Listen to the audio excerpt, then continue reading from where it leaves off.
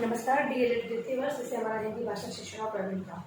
हम लोग बात कर रहे थे बालकों के अंतर्गत जो निबंध की समझ है उसको समझना है। निबंध के अंतर्गत किन किन बातों को ध्यान में रखना होता है वो सारी चर्चा हम लोग कर चुके हैं।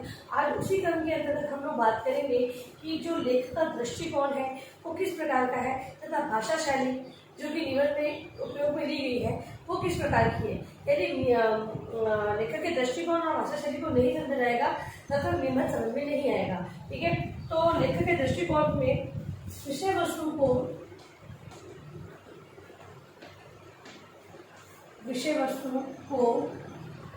जान लेने के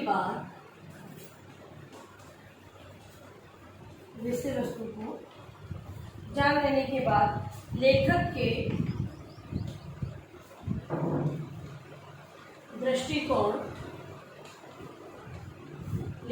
दृष्टिकोण को समझना आसान हो जाता है।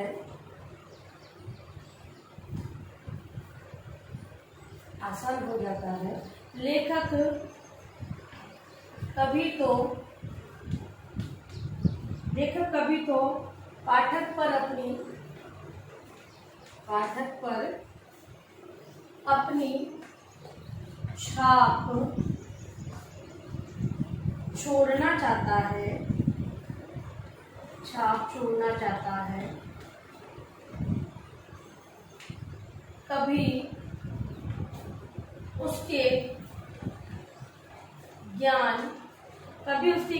की वृद्धि करना चाहता है।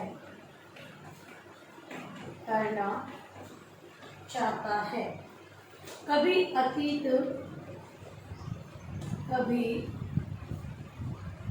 अतीत तक ले जाना चाहता है तो कभी अपने विचारों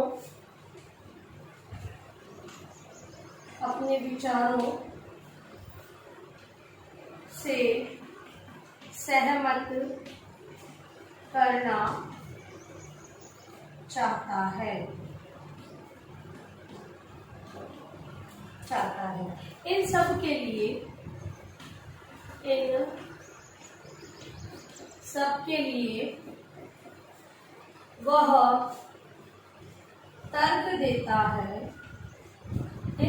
वह तर्क देता है, उदाहरण देता है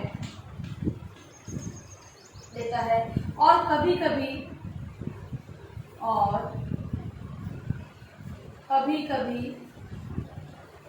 अपनी शैली अपनाता है।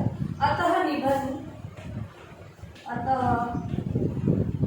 निबंध में जो भाव, विचार, जीवन मूल्य आदि होते हैं वे निबंधकार के दृष्टिकोण पर टिके होते हैं। निबंध की समझ के लिए उन्हें समझना जरूरी होता है। हम बात करें लेखक का दृष्टिकोण। लेखक है उसका दृष्टिकोण, किस दृष्टिकोण को उसने अपनाया है।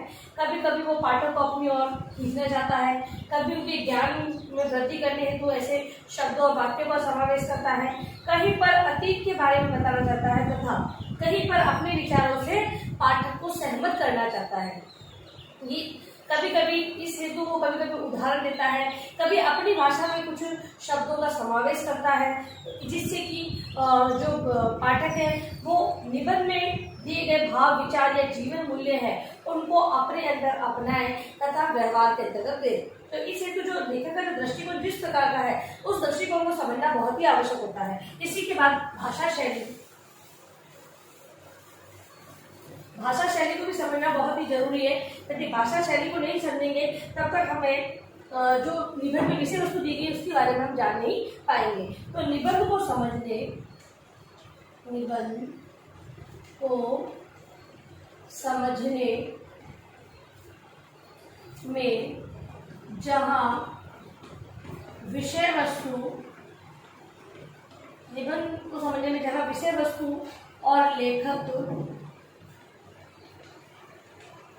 विषय वस्तु और लेखक का दृष्टिकोण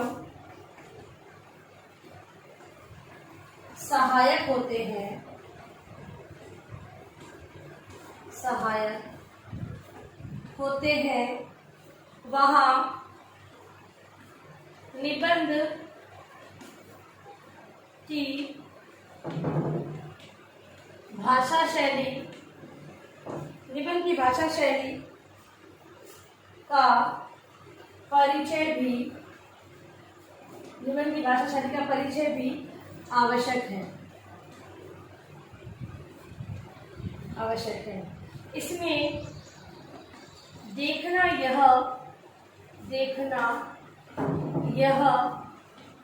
होता है कि, इसमें देखना यह होता है कि विषय प्रतिपादन में लेखक ने कैसी भाषा शैली का प्रयोग किया है। सबसे पहले जानना होता है कि निबंध में किस भाषा शैली का प्रयोग लेखक ने किया है। पदों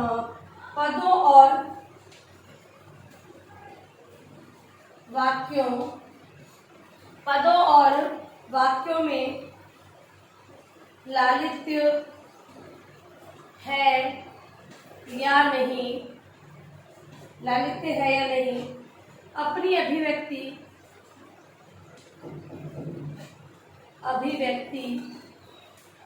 में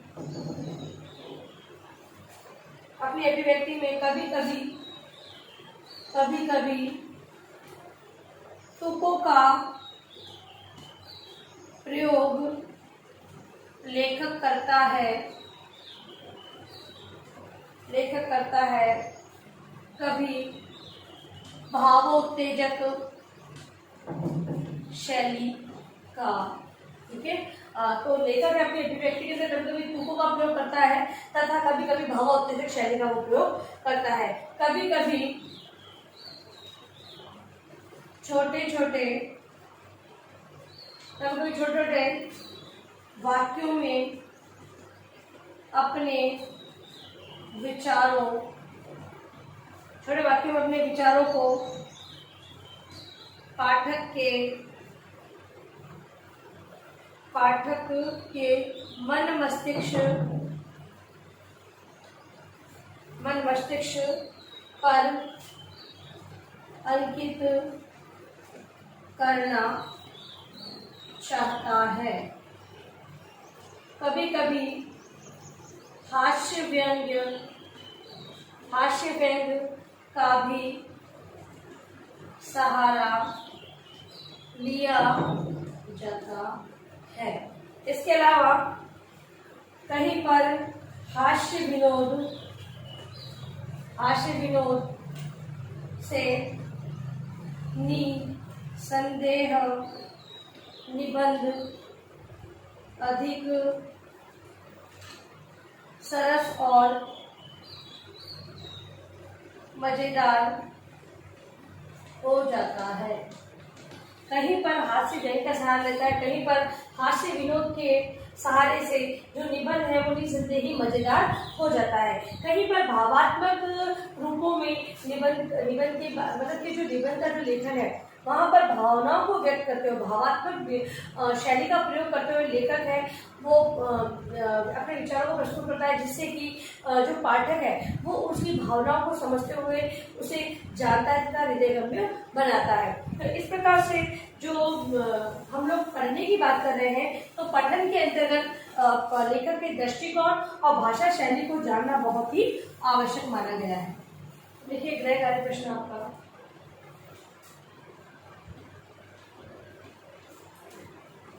पठन में लेखक का दृष्टिकोण एवं भाषा शैली को किस प्रकार समझा जा सकता है। ठीक है, तो अब आपको ये गृह कार्यक्रम को लिखना है। जो अपने निबंध के बारे में हम बात कर रहे हैं, तो पढ़ने के अंतर्गत जो लेखक है वो अपने किस प्रकार अपने दृष्टिकोण और भाषा शैली का प्रयोग करता है, वो किस प्रकार उसको किस प्रकार समझा जा सकता है, उसके बारे में आपको लिखना है। अंत में इस महामारी दौर में कम से कम आवश्यक कार्य होने पर घर से बाहर निकले, बाहर निकलते 3 बातों का विशेष ध्यान रखें, मास्क लगाएं, सोशल डिस्टेंस बनाएं और हाथों बार सैनिटाइज करते हैं। सुरक्षित ध्यान रखें।